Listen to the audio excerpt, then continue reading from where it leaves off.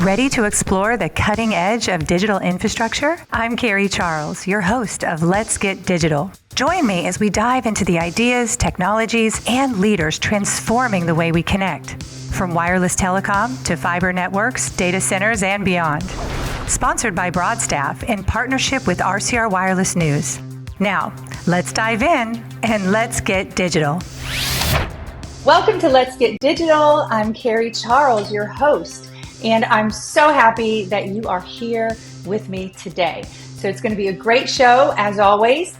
I am thrilled to introduce to you Ivo Ivanov. He is the CEO and Chairman of the Board for DE-CIX. And Ivo, I've known you for a while now. I've seen you at many different events here in the US. So I just want to say I'm so excited you're here and thank you. Thank you so much for having me. I'm excited being part of your great show. And yeah, let's have a chat about digital.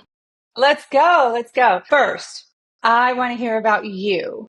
A little bit about just the twists and decisions and maybe the risks that brought you to where you are today in your current seat with DE-CIX. Oh my gosh, that's it's a very complex question. Let me see how to answer.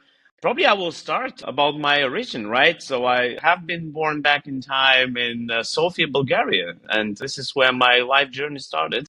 During the high school, this is one essential element, probably driving my emotional side until today. I decided to establish a radio show as moderator and producer. So this was very close to media. Afterwards, I did also 1 year with a TV broadcasting company on stage and in front of camera and microphones. This gave me a lot of experience with media and the way how to communicate with a bigger audience.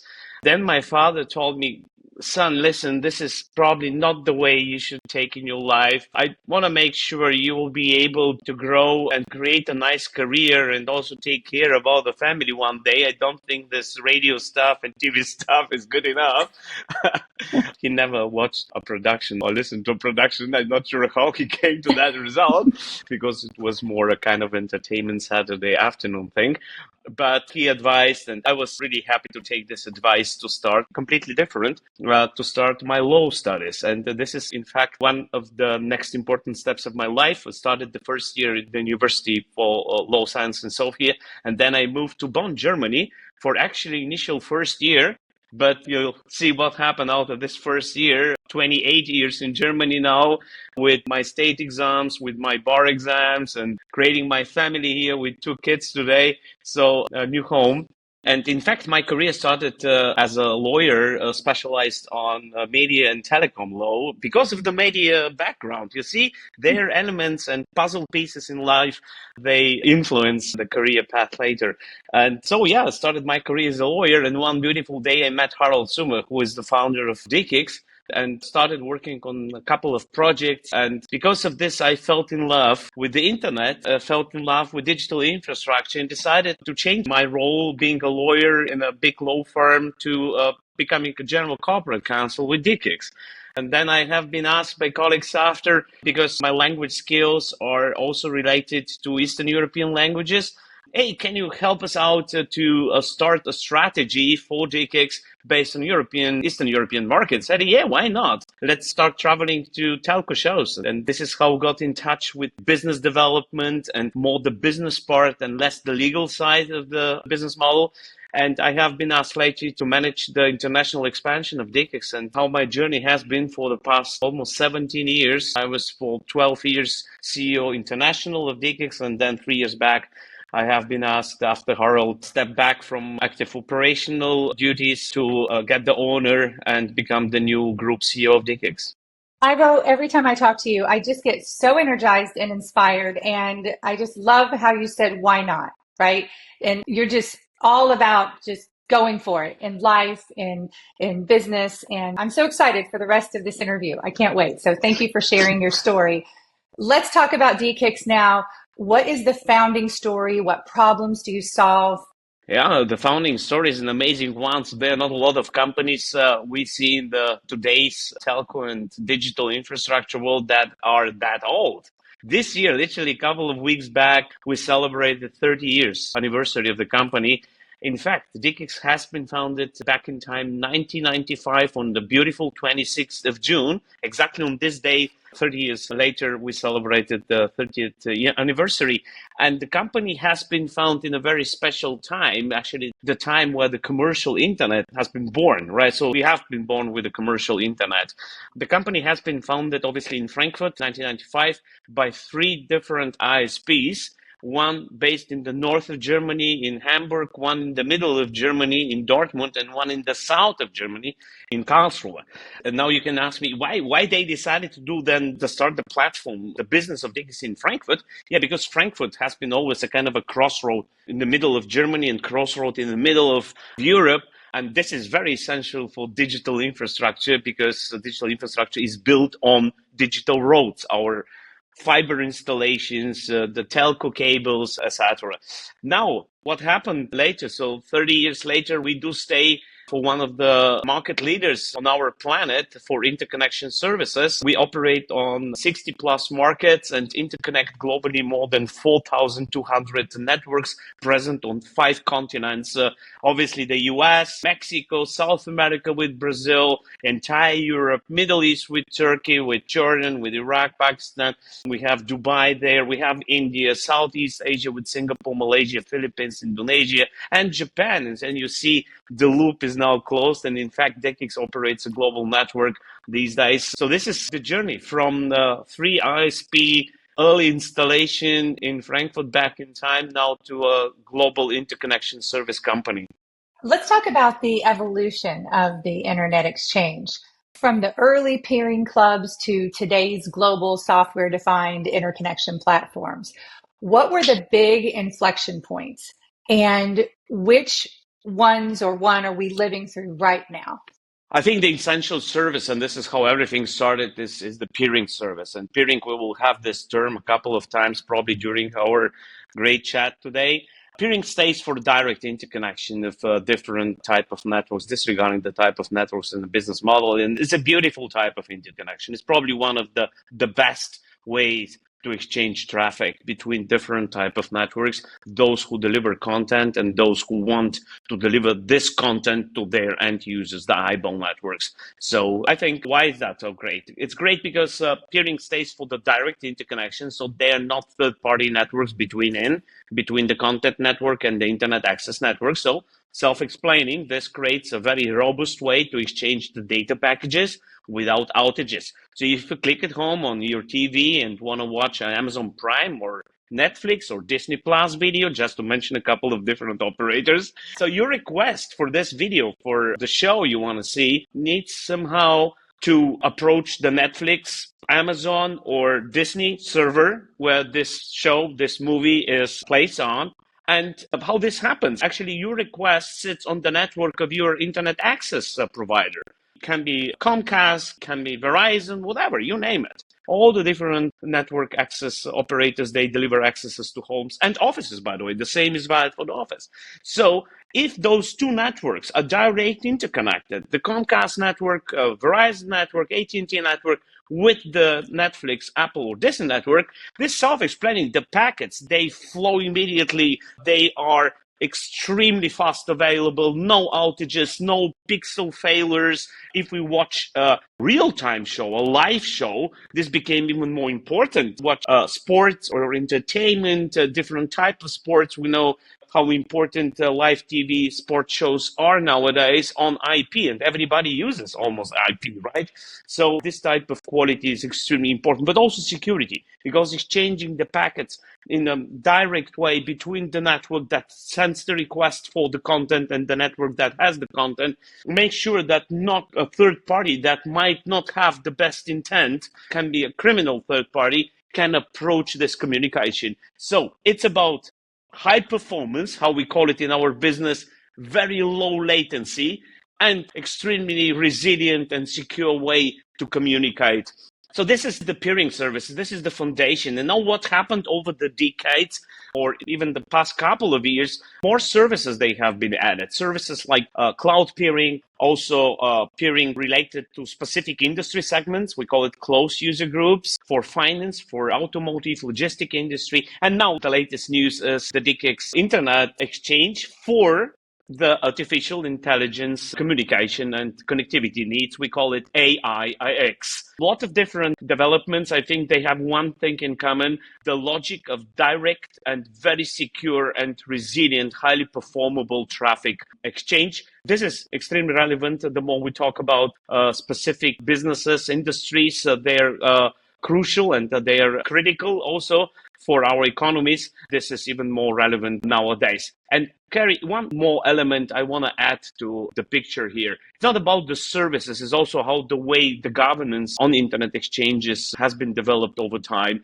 In early days, there were two types of exchanges. The so-called European model, this is the model we stay for, that is very neutral as we are owned entirely by one of the largest internet associations of the world. So we don't have one single shareholder as a carrier or a data center operator, so very neutral. And the other model is the data center owned internet exchange. There are examples in the US, companies like Equinix, they have their own exchange. CoreSite as well, another example for. And what changed over the time, especially when we entered as DE-CIX the US market, introducing the European, very neutral, very distributed model, this changed the landscape in the US as well to a very positive development, because immediately the services of the exchange, they became available in 20 different data centers across New York and New Jersey, and not just available in the data center of one operator. And this inspired the entire community. We published last year, in light of our 10 years anniversary celebration in New York, a study that showed how big the market now grew in comparison to the LA market, for instance, where we see the non-neutral model only. In fact, by 400%, New York has been growing faster than the LA. And this also encouraged the business side of data center investments to become very focused on those markets. And we see a huge increase in investments on the data center side in the great area of New York. Just as one example, same is valid for Dallas or Chicago, where we do also operate. So this was also a very strong element in our global expansion, introducing this data center distributed and highly neutral model. So let's talk a little bit more about peering. What is the case for peering? Cost, performance, resilience, and where do companies leave money on the table? All right. So as I mentioned, peering stays for, rightly said from you, it's extremely robust, very secure because of the direct exchange, and you can have great redundancy. I will talk about performance just in a sec, and then where the companies, I believe, they do leave money on the table. But if we talk about resilience, and today resilience is extremely important in terms of redundancy, the model I just described perfectly matches these demands on the market. Being present in, let's say, take example of New York again, 20 different data centers. So a company can have two different physical setups with two different data center operators, one in Jersey, one in Manhattan probably, and being connected to one distributed, integrated platform for traffic exchange. This makes it very robust and very resilient. Now talk about the performance, the latency talk, right? And I say latency is the new currency. Every single millisecond counts today for very good reasons. We have real-time applications. They deserve exactly this performance. And this is the main advantage of peering today in comparison to other services like transit, upstream, IP transit as a service, or different other type of interconnections, because it is highly performable, and performance is everything today. I'll give you an example. When Netflix produced the show of Mike Tyson, we remember what happened. There has been a big outage at the beginning of not 65 milliseconds, but more than 60 seconds. And this is huge, right? At the beginning of a show, a lot of millions of users, they have been disappointed. And this shows us how important performance on IP is today. It has a direct impact on business and reputation. So this is one of the main advantages of peering, the high performance and the great security. Where companies might leave money on the table, using upstream services only, IP transit only, because a lot of cases is more expensive than peering and doesn't provide the direct controllability on the traffic flows companies need to have for their performance control. And also in general, when companies, they do not compare different options on the market, they do not rethink how they can change their digital strategy to how the way their data is stored, their data is processed, or how they plan their further expansions. If they stuck with one data center only, this is obviously very often the case that they leave money on the table. Very long contracts is another topic here, because nowadays the market dynamics are so, I would say, active, that if a company just thinks that I will stay 5 years long with this operator only, probably for the operator, this is a great deal. But for the company, it's not, because prices, they change more dynamically these days. And I recommend to have this dynamic in the contractual negotiation as well, and just create a bigger redundancy. We are not afraid of this as DE-CIX. I know a lot of networks that are connected to DE-CIX New York. They're also connected to NYX, the New York Internet Exchange, operated by Telehouse. And this is great because this creates a huge redundancy, and they can load balance their traffic better. So let's talk about the future of the internet. Fast forward 5 to 10 years with AI everywhere, immersive apps, machines talking to machines. What has changed in how the world interconnects? It will change the foundation of how the internet is built today. It creates already the demand for the so-called new internet. We need the new internet that is highly distributed. We're talking about data centers everywhere. We're talking about exchanges everywhere. We're talking about fiber, 5G advanced, 6G everywhere, LEO satellite capabilities.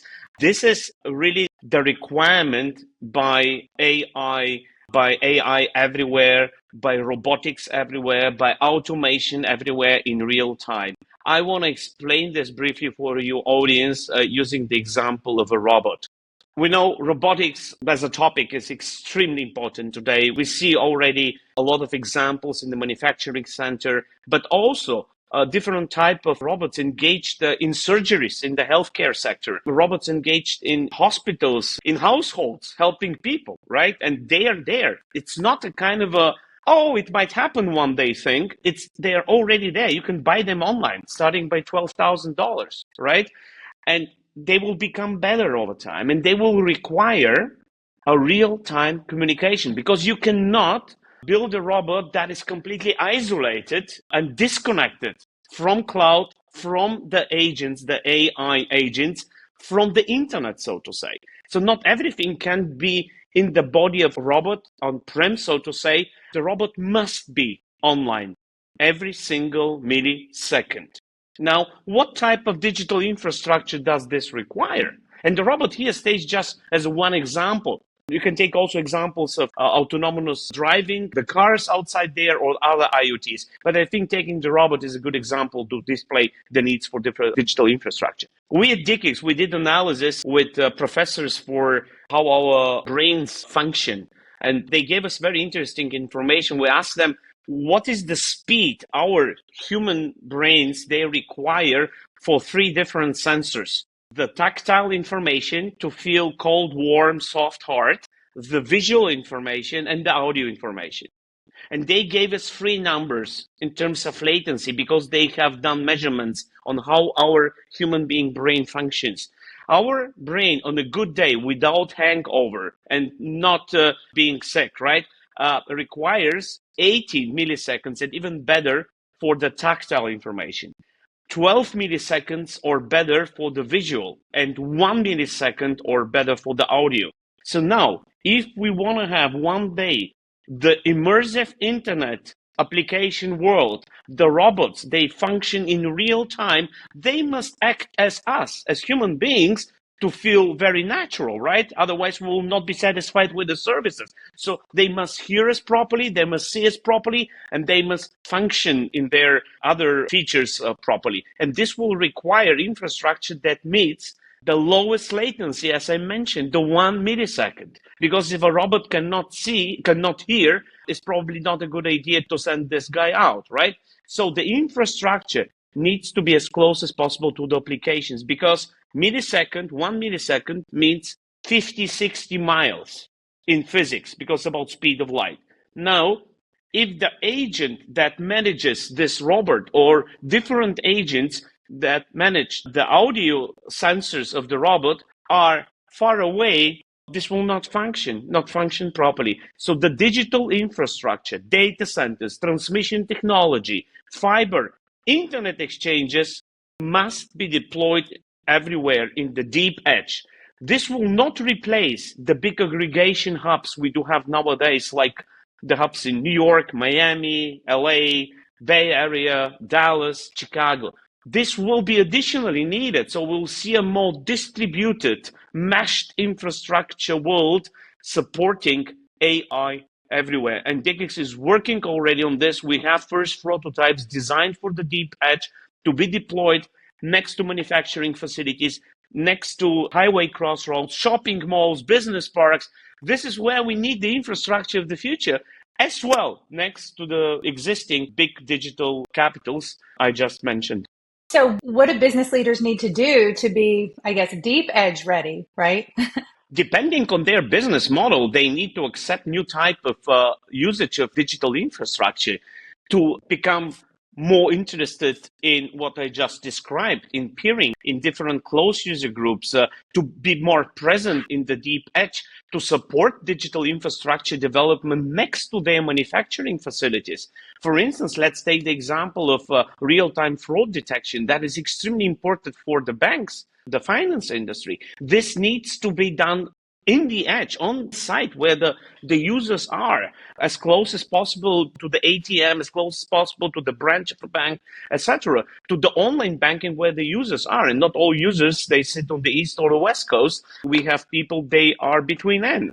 So the need for this different understanding of how infrastructure should be used, but this infrastructure needs to be built as well. So we do have in the United States 15 states without a single internet exchange. We do have areas without a single carrier neutral data center. This needs to be changed. We need support from the public administration if it comes to permissions, if it comes to even financial contribution. We need more capital getting interested in this area. And I think there's a great idea to invest in this area because this is the area of the future. This is where we will experience a world of undreamed of applications people will fall in love with and they will use it.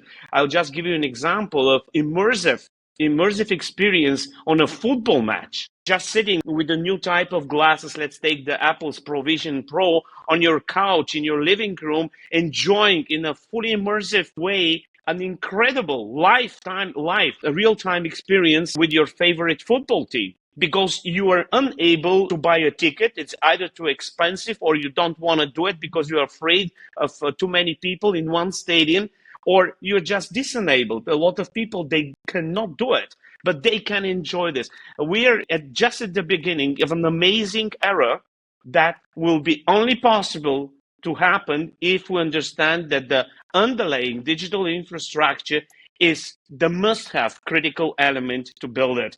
And this is where it's very, very, very worth to invest in. Well said. Well said. Let's talk about AI inference versus training. Where in the AI lifecycle does low latency, high capacity, distributed interconnection create real competitive advantage? I recall my friend the robot again here, giving this example. This is exactly, thanks for the question. So, as I said, the robots, the cars, the autonomous cars, just these two examples to make it simple. And let's take the fraud detection in real time as well, approaching the finance sector, very important. So these three examples, they require real-time interconnection. We're talking about 1, 2, 3 milliseconds reaction. And I said, what does this mean? This means 150 miles where a radius of the robot, of the car, of the hospital where the surgery happens, or the finance fraud detection installations are at. So this is the distance the agents, the AI agents, and millions of those we will see in the future will need on the inferencing side. This is the main difference between inference and training. Training is a play about power and pipes, right? Huge power density and big pipes. Training is not that sensitive if it comes to latency, and it's not that sensitive if it comes to certain outages even. Yes, this makes it slower, but doesn't affect it in terms of quality, right? But talking about the inference, the world changes completely to the opposite. It's not that power intense. There's still power needed, but it's not that power intense. And it's not really that pipe intense, but it's extremely latency sensitive and extremely security sensitive. This is very, very, very important.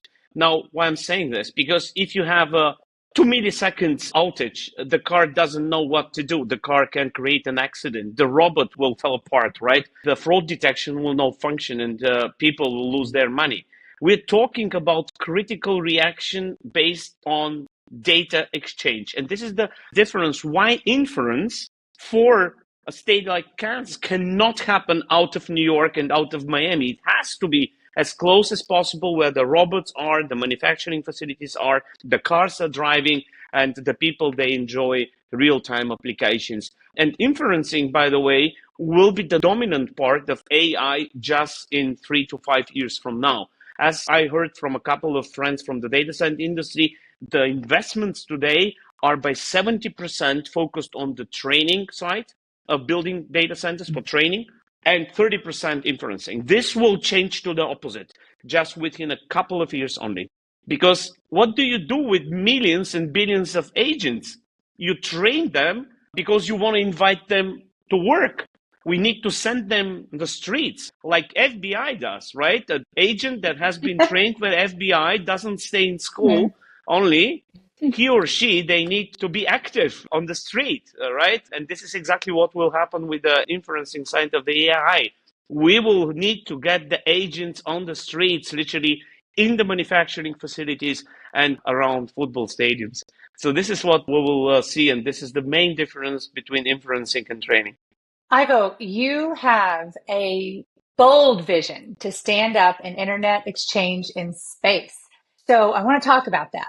What would it take to make this happen? And also, what business value would that unlock for enterprise? This is one of my favorite projects, probably the most favorite nowadays, as this is my next dream, approaching the stars and introducing DE-CIX Space IX. By the way, there's a landing page for the valid audience. If someone wants to visit the page for more information, this is space-ix.net. Doesn't have anything to do with SpaceX. Please do not mix it up. It's space-ix, stays for space-internet-exchange.net. A lot of information about this. Know how this will happen. It will happen, and we'll make it happen because we see a demand that is already partially there. If we look at the landscape with LEO satellite operators, low orbit satellite operators, we do have already 3 carriers in space. This is Starlink, obviously. We have Kuiper, the Amazon project, and we do have Rivara. So they have 3 carriers with own satellites in space running their networks already in space, serving on Earth customers. Now, I learned that first caches from content operators, they have been installed on one of those satellites. What does this tell us? That content will also approach in one or another way the space as well. For one simple reason, it makes perfect sense. Because in this case, the satellite operators, the LEO network operators, they will be able to serve their customers on Earth with much better latency if the content comes directly from space to their devices on Earth, right? This is logical, right? And having carriers outside there, having content outside there, what is the missing element bringing all those guys together? This is the internet space exchange, as this happens on Earth with us for 30 years now. So this is the logic we follow, and we started first discussions with operators, and I asked one of those, is there a chance to have when DE-CIX placed the internet exchange router on one of your satellites and we start interconnecting and delivering better services, is there a chance to put a DE-CIX sticker on this router so people, enthusiasts, they can see it from Earth? So I said, yes, we will do, but this will be the most expensive sticker you have ever produced. Yeah, so that's the vision. But why this is important? I mentioned latency, and then the latency is not the one thing only. It's about also avoiding the digital divide across the globe. We do have a lot of areas, and US is not an exception here. We do have a lot of areas in the US as well, but also in countries like Brazil. Look at the Amazonas area. Look at countries like Indonesia or Philippines with thousands of islands. Look at countries, huge countries like India, Africa, with different type of landscape, very difficult landscape sometimes to deploy fiber on the ground. All these regions, the people are living in those regions, they are disadvantaged today. And ensuring that they will be connected to the internet in an affordable way and with appropriate quality of digital services, bandwidth, speed, performance of 250 megabit plus, this will change their life to a much better one. This is given today for me because digital services are part of our quality of life today. Without proper access to digital services, people cannot enjoy education sometimes, cannot enjoy better type of healthcare services, patient care, remote patient care, virtual doctor visits. They are isolated from even finding a better job, right? I think we need to take care of enabling proper high quality access of digital services everywhere. And this will become essential for enterprises, for automotive, that the cars are the connected cars and autonomous cars. They do not stop because they do not have internet, middle of nowhere, that robotics functions everywhere, disregarding where the manufacturing facility is. And fraud detection is available to everyone. So the criminals have no chance to steal money. I just love your examples and your metaphors there. That makes things so clear. I'm learning so much. I want to talk now about, I guess you've referenced before, emerging energy ideas such as diffusion and other next wave power sources that, as AI workloads really explode. So what do we need to know about this? I'm a big fan of the fusion technology. This will solve our current problem with some certain power sources that are not clean enough and they're bad for our environment, but also they're not available everywhere. And power will be needed everywhere. We described the need for training. We described the need for even inferencing everywhere. We described the need for power in space. Also a very important topic. And I learned recently during a visit I made to Seattle that they are visiting one of those companies working on the first fusion reactors, that there are 37 companies actually around the globe. 2/3 are, by the way, they're based in the US, that they're working on these generators and this or reactors. These reactors, they will change our world in terms of also power usage because they have the size like a human being, right? They're not big, they're not huge. They can be deployed much easier and they deliver great power density from a couple of hundreds of kilowatts up to hundreds of megawatts and even a gigawatt, bigger size then, but still unbelievable small comparing this to the power capabilities. And this will definitely change the world. They predict to have a market-ready version by 2030 to 2035. So we are getting closer and closer. And as we know, the latest predictions on the so-called general AI, this is the human being AI, are also around 2030, 2035. We see it's a kind of a lucky situation, lucky match. We will get the new source of power needed around the globe, needed everywhere, needed in the edge, in the small village, and in space as well, in match with the development on the AI side. And this will create the next era of economical industrialization, the era of AI everywhere. Ivo, I'm curious, last question, because I could talk to you for hours and hours.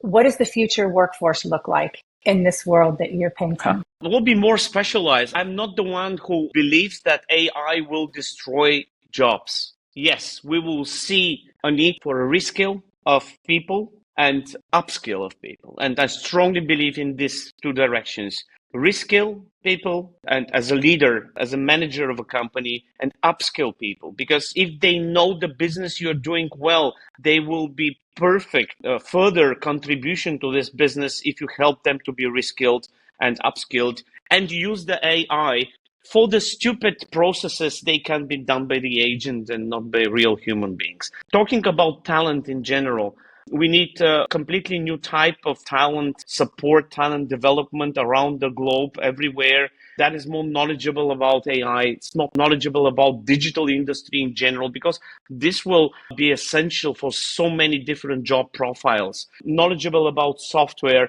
I think it's extremely important to support schools and even preliminary schools, how they can teach the kids, the students on code, on coding, on general awareness about the digital infrastructure and processing.